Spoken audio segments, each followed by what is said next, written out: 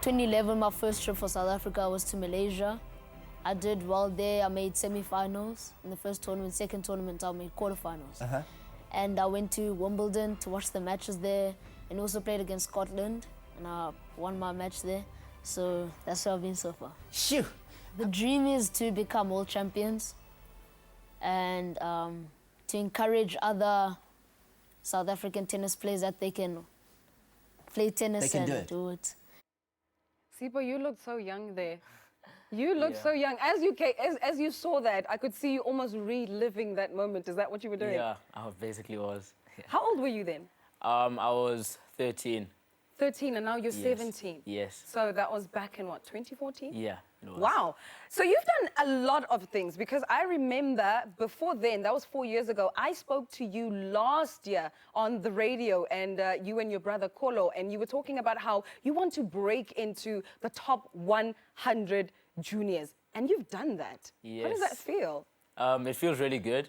Now, I'm very happy to finally accomplish that goal. It's always been a goal of mine for a very long time, and I've worked really hard for it, and I'm just proud of myself for getting this far. How was the Under-18 African Championships in Tunisia?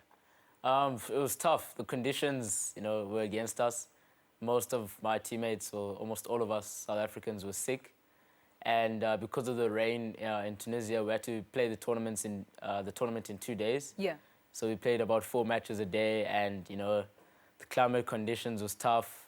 But I made semi-finals in the singles, which wasn't too bad, and came runner-up in the doubles. So I was happy with my performance in Tunisia, and yeah.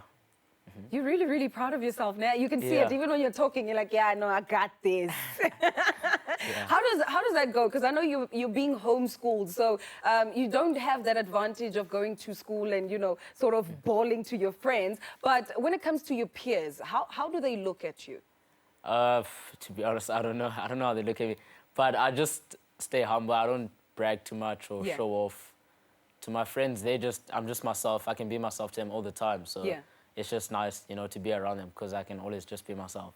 I know that you love #2 ranked Novak Djokovic. But I'm sure as well you have the same equal respect for world #1, Andy Murray, right? Yes, I definitely do. Novak Djokovic has always been my favorite player. But, I mean, Andy Murray is very good, and he's definitely worked hard to get to world #1. Yeah. And, I got to see him play, and I've seen him practice, so I know that he works really hard to be where he is today. When you were watching Djok against Rafa, what was going through your mind? I didn't watch Djok. I watched Rafa against Zverev. Oh, yeah? Yeah, that was amazing. It was a 5-setter match, and it was just really awesome to see the top players playing, seeing Rafa, Roger Federer, Djokovic, Murray, just seeing how they practice, how they play. It was just inspiring to see, and it just makes me want to play even more. Now, speaking of Andy Murray, there was a tweet that went out. I'm not quite sure if you saw the tweet that went out, because it was absolutely amazing.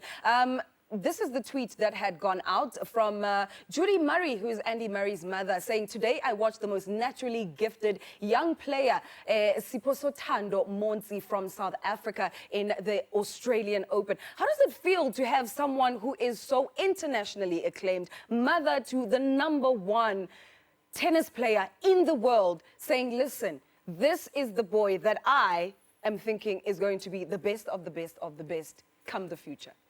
I was honestly shocked, because I don't have Twitter, but my parents and friends showed me. Yeah. And when I saw it, I felt really good about myself, and I'm just grateful that she, managed to say something like that about me. And yeah, I'm just grateful to her, and she's a really nice person, and I'm lucky I got to meet her. What did your dad say when he brought it to you? He was really, really happy and excited. And my parents were both, extremely happy and proud of me, and yeah, I'm just blessed to have a family that supports me every day. Now that you've reached the top 100 juniors, what's your biggest goal right at this very moment? My biggest goal is, at the moment, to make quarterfinals in a junior Grand Slam, and hopefully break into top 50 in the world. That's one of my few goals at the moment. And yeah, my next junior Grand Slam, try win a few matches and hopefully make quarters in French Open or Junior Wimbledon. Ubundixelela uba wena awungena isikolo esinormal. Ngena isikolo esinjani? Ngena go homeschooling. Okay, but also you were describing the process to me. It sounds like we are ropa, man. I just do years as two. In 1 year? And then so grade 11, no grade 12 this year, and then the school. Aye, but that is ugropa. There's a child out there looking at you and thinking, aye, why do you get to go through 2 grades in 1 year? But anyway, all the best. And are you looking forward to finally doing grade 12 and finishing school? Yes, I am.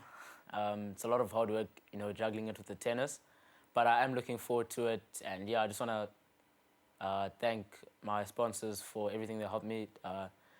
Mix Telematics helping me and my brother financially. Yeah. Head International helping me with equipment and my tennis rackets and everything else. And Tennis South Africa for giving me the opportunity to go to Australia. And my coaches as well, John Lafney, Diacha and Denton, for coaching me and trying to make me a better player. And my Young friends Mr. as well. Montsi, thank you so much and all the best. I'm you very looking much. forward to having you as the next Kevin Anderson. And we can say, hey, I once spoke to him. Yeah.